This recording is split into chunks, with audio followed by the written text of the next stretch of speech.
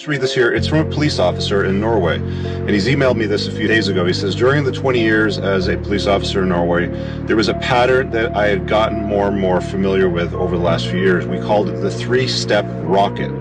This phenomenon is not described in any book in the police academy, of course. The pattern reveals when the woman has decided to leave her husband and to make sure she gets sole custody when she takes the children away from the father, which also enriches her with child support. When a woman has custody, she gets more money out of the dad. So step one, she goes to the police station to report domestic violence. At this stage, she only reports violence against herself from the man. The police have a duty to initiate investigation, as domestic violence is a priority area for us. When she sees all the sympathy and attention she gets from step one, she goes immediately to step two. The next one is she reports child abuse, violence against the children. At this stage, she only reports physical and psychological violence against the children from their father. At this stage, there is a high probability that the man will be taken into custody, put in jail for several weeks or until the case is fully investigated. Now she sees the man is out of the way and she wants to make sure he's gone forever. This is when she goes to step three of the three-step rocket. Step three is she reports sexual abuse, sexual crimes against the children. Again, this is all false. Okay, these are all considered false DV charges. At this stage, it has been a long time since the man lost the battle. In fact, he already lost at stage one. So at this stage is just the final.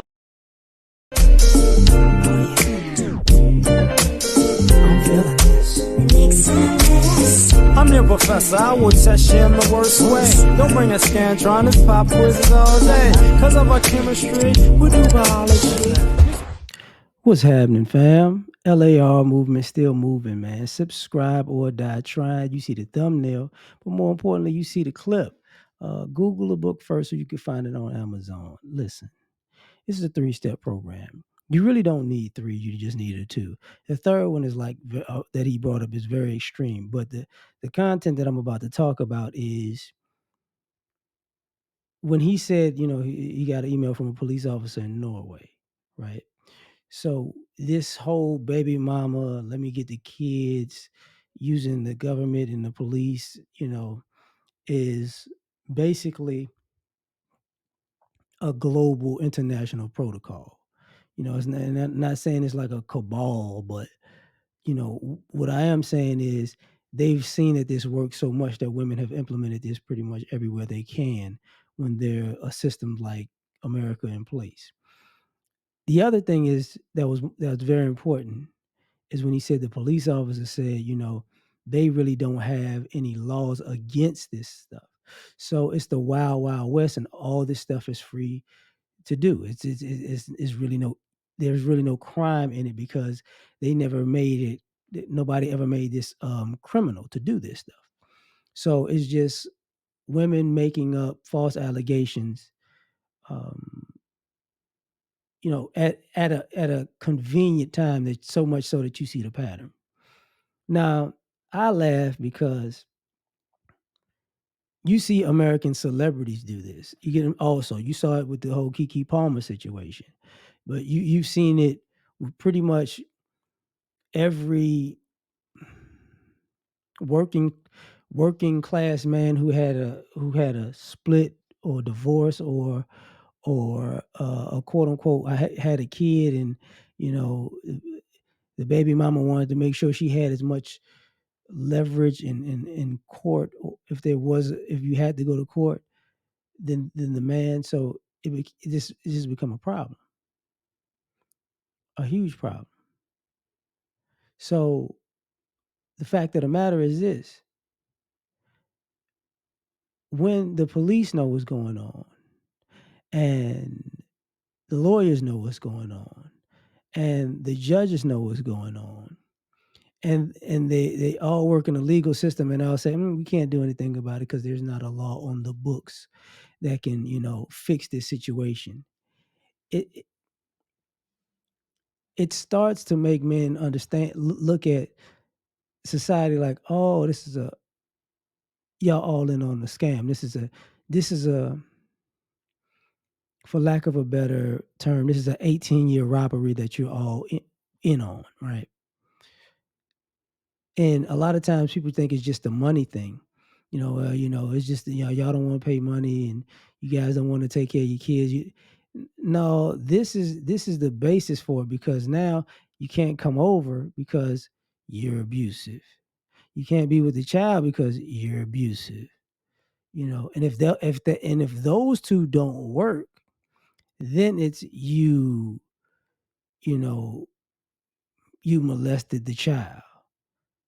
You get what I'm saying? So if the first two don't work, that we're going number three, and it really doesn't matter, because usually, and what I should title this is, the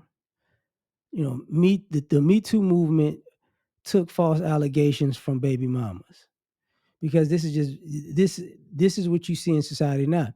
People make false allegations and they don't have to prove them, and because it's a woman doing it to a man, the society turns on the men, and then by the time um, the next little thing comes out, or the next little news cycle comes out, everybody's like, they forget what happened, and the guy is demonized and villainized, and then there is no update on if this case is true, if this case is real, if the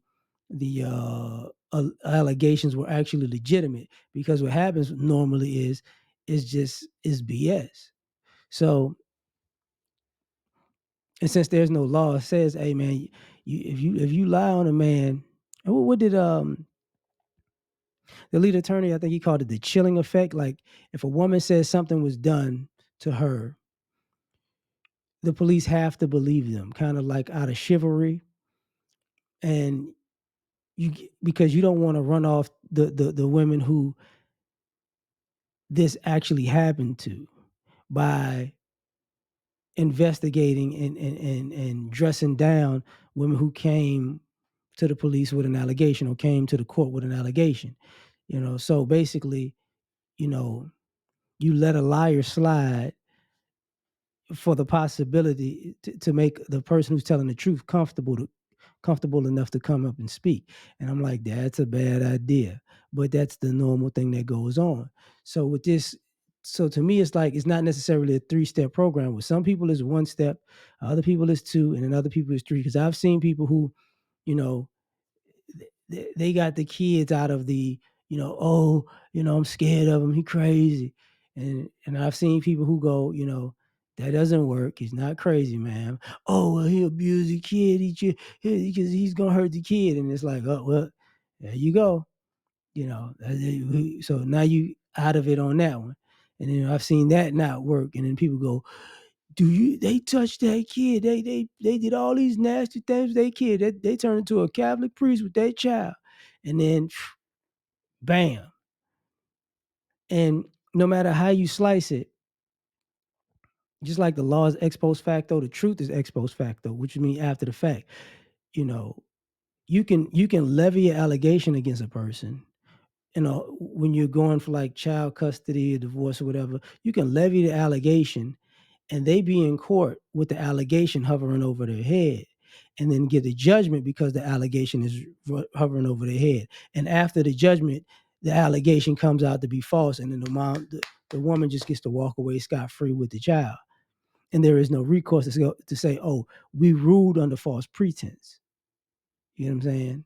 So this is a very problematic thing that, to me, it's normal that it's global, but it's funny that, and you can take the race thing out of it because this is white people in a whole nother country, right? It's that Western culture of getting over. So I just wanted to point out how, the baby mamas are global, and baby mama tactics are global, rather. But tell me what you think. Like, share, subscribe, or die trying. Catch you on the next one. Peace.